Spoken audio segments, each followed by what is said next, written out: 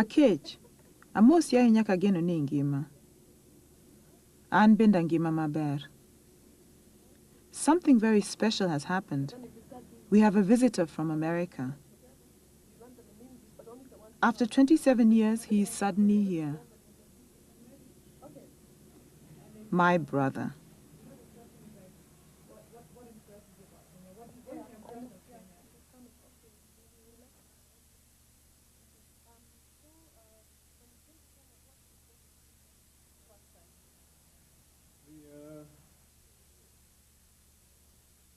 My father was Kenyan, right? And he was a Luo. And the story that was told when I was young was of this brilliant young African who'd come to America to learn the white man's magic and then bring it back to Kenya to develop the country. And he had arrived in Hawaii in 1961, or maybe a little bit earlier, in 1958. It was right before Kenyan independence, and I think he was part of that first generation of young Africans who went west with all kinds of promise. And that's where he met my mother, and they got married. And then he left when I was about 2. And over the years, we'd write occasionally, and I finally got a chance to meet him when I was like 10. He was a very impressive figure, and a little frightening because he had this deep voice and this British accent, and was quite bossy and sure of himself and intimidating.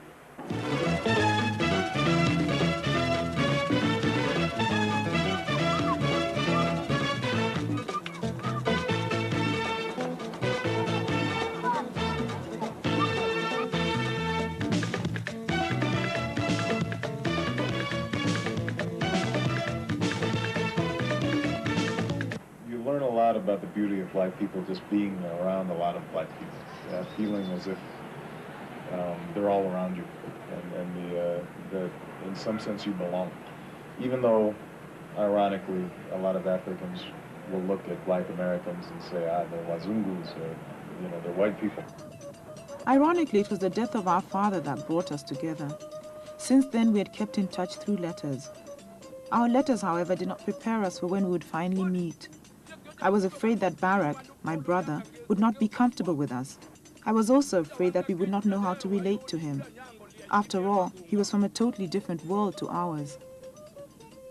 The most important thing for me coming back was seeing my family, and that was the main purpose, and I think the thing that moved me the most was going to Home Squared and meeting my grandmother and my brothers and my uncles. So you like this? Yes. Okay, let's try it on. We have to try it. Even though it's hot, you tell her, even though it's hot, we still have to try it just to make sure it fits. It's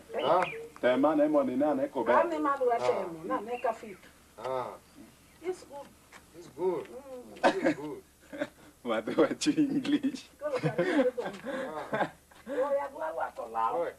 Usually, it's a good one. It's a good one. Oh, there. There. It's good. It's good. Tell her it fits. What's happening? Are you okay? I'm doing fine. I'm going to get a smoke. My brother does not speak Luo, our mother tongue. We're forced to talk in English. A white among blacks, the family jokes. Through discussion, Barak is able to learn about the traditions of his forefathers. Unfortunately, a lot of the explanations for the ways of the Luo are not known anymore. The answers to his questions are often vague and unsatisfactory. Why is it that Obongo had to build the hut down in that direction, down there? Why did we have to move out of the house? What did this mean? What did it mean? Out of this compound. Right. Yeah. Yeah. What did it mean? Traditionally, somebody like Obongo, he can't build in the grandfather's compound. He's not allowed. He's not allowed. So if he wants to build, he has to build outside the compound. I can't live and make my own home out or outside the compound. Right. Before Matt does that one, because we inherited it from our four-grandfathers, and it's traditionally or stereotype like that. We just can't do it because they say that if we just do it, If he comes back, he doesn't step into my compound. Do people feel like they've lost something when, you know, you said it's just a tradition, nobody knows why. I mean, how does that make you feel? Or how does that make you feel, Yusuf, when you know, we still have these traditions, but they're thin now. We're not sure which ones are which, and nobody follows them anymore, and some people follow them and some people don't. And is that a good thing? Is that a bad thing? It's not good because, you know, there are some reasons why they were laying such a tradition, Right. but some of the reasons are hidden. Right. You can just Only compare the old people may know the reason, Right. but they will not like to tell you. Right. Yeah. They'll just say, tell you, all right, no, that is bad, don't do it. But the reason they won't tell you.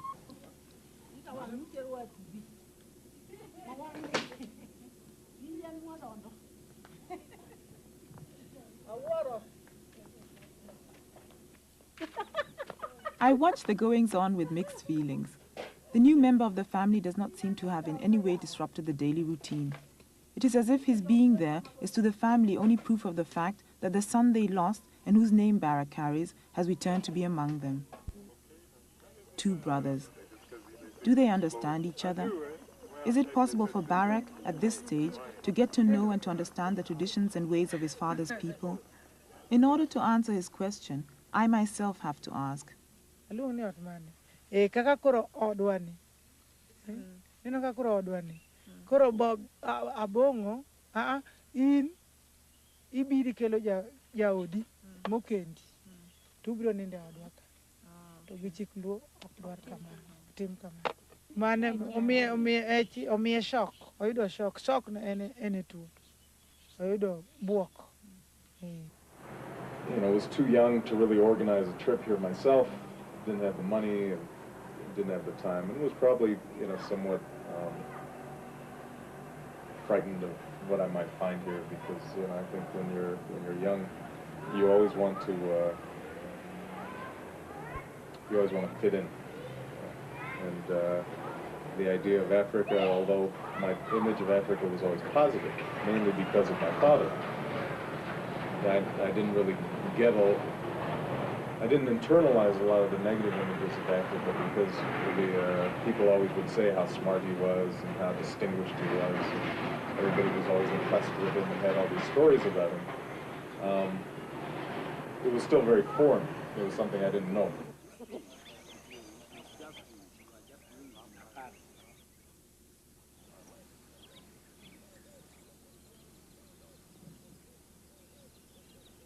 We take a walk to show my brother and his fiancée the neighborhood. My brother is surprised by what he sees. Where are all the villages that we always see in books on Africa, he asks. According to those books, we all live on one compound with a chief's hut in the middle. He is told that such villages do not exist in Luo country. They were built during colonialism to serve the system. Having all the families together was a means of watching and controlling the Africans more effectively.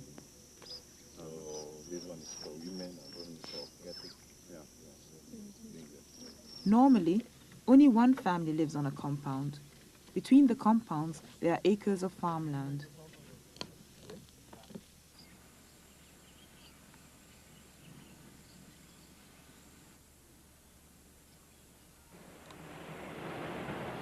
As I got to know the country better, as I've written newspapers and I talked to Kenyans, then those initial, very personal impressions start blending in with political impressions about the country. And everybody's out of school. We meet a student who has been sent home from the university. The students demonstrated because of the introduction of tuition fees. The police came and started shooting at them. All universities in the country have been closed till further notice. So what will happen if your parents have signed? They're saying they're going to pay, but then they don't have the money. What will happen? Well, if you don't pay, you don't live in the university. You don't go for tuition. So you can't attend class. Yeah, it's as good as missing your place. I see. Yeah. So basically, it looks like right now what's happening is this is a way that the government is going to reduce the number of university students. Kinda. Because the students who can't afford to pay at this point, they won't be able to go.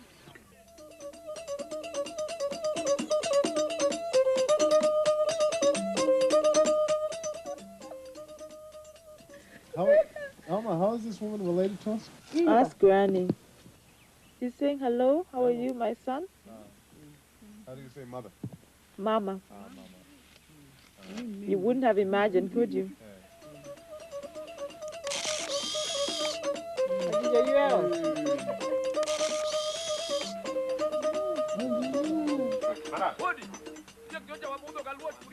Our visit finally comes to an end, but the journey continues. My brother wants to discover the rest of his father's country. We take leave of the family. Seeing my father's grave and my grandfather's grave, and feeling accepted by them and embracing them was important for me, and sort of filled a hole that I'd felt for a long time.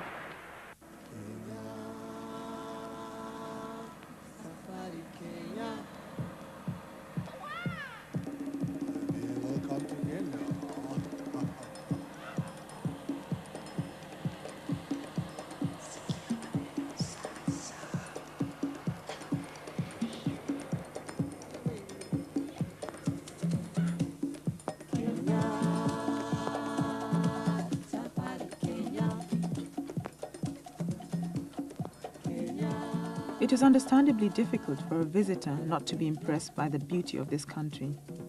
My brother is no exception. Whereas I am skeptical, I see the country through the eyes of a Kenyan, my brother, an outsider, is able to enjoy its beauty. Proudly, he shows his fiancée his second home.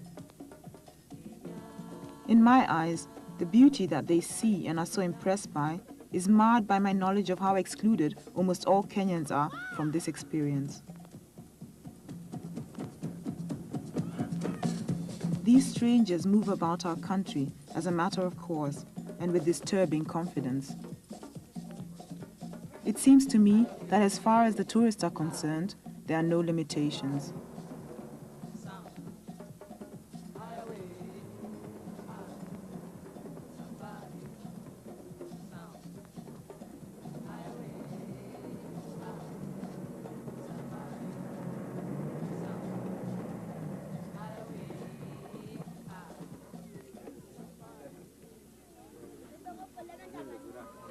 I observe my people being exhibited, exhibiting themselves. Who would want to miss such a spectacle? A folks exhibition. On this day, my brother refused to come on the tour.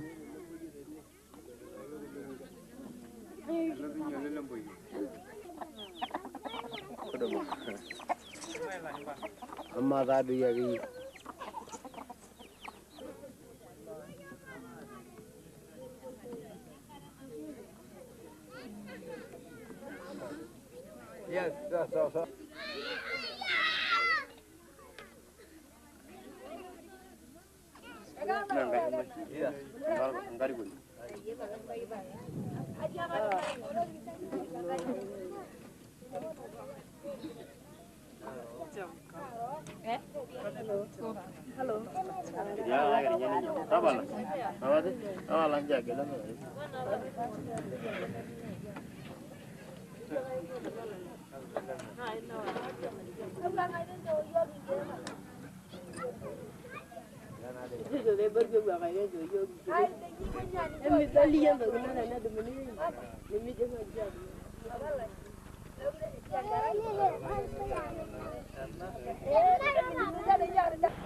It makes me frustrated to see that that blacks in Kenya don't have more confidence in the possibility of shaping their own fate and their own destiny. I'm deeply saddened by a sense that whites are still superior in this country, in some sense, that if you sit at a restaurant, they're served before a Kenyan is served. If you go through customs, a white person's going to have an easier time going through customs. I've experienced probably the Kenyan side of it, mainly because there have been times when I went, let's say with Alma, my sister, who's obviously Kenyan, to a restaurant where we'd have problems getting served, where the waiters would be rude. You know, if you look around at Kenya, when I look around at Kenya right now, you get a sense that although on the surface things are relatively tranquil, right beneath the surface, things could explode at any point. Because you have all these young people, not just now coming from the countryside, but just simply from population growth, who are going to school, have high expectations, but the engine for growth that's going to be able to employ these young people may not be there. And that's a dangerous situation when you have rising expectations and young, bright people who are frustrated in their ambitions. And you see a lot of that taking place in Kenya. And you would think that that would be more of a source of concern for the government, and that they might change policies as a consequence of that. But so far that doesn't seem to be taking place. Due to a puncture on my old car, I am able to show my brother that Kenyans are in fact trying to shape their own destiny, despite all odds. I take him to a Jua Kali garage. Jua Kali means hot sun in Kiswahili. The garage is so named because the mechanics work outside in the hot sun. They do not have enough money to hire premises and have no support from the government or any foreign organization. They invent simple and inexpensive techniques of doing otherwise complicated jobs that would normally require expensive equipment. Normally, such garages are situated in the poorest areas of town, areas that are neglected by the state. Only the smartest can survive. There is the constant threat of being evacuated by the police. Simon, the Jua Kali of this garage, for that is what the mechanics are called, works many hours. His garage is specialized in VWs, and you see them parked as on a conveyor belt, one after the other on the street. The mechanics work on several cars at the same time. Simon's 4 sons also work in the garage. There is more than enough to do.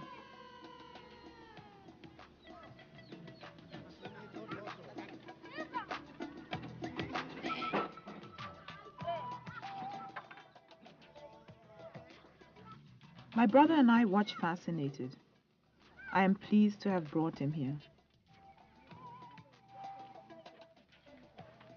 When I look at a place like Kenya, I think this is a land of great promise, and that the potential to strong black country is here. And I think if you could build a strong black country in Kenya, then that sends a message out throughout Africa. It sends a message to black Americans. It sends a message to blacks in the Caribbean. It sends a message that we can build. And so I have a lot at stake in this.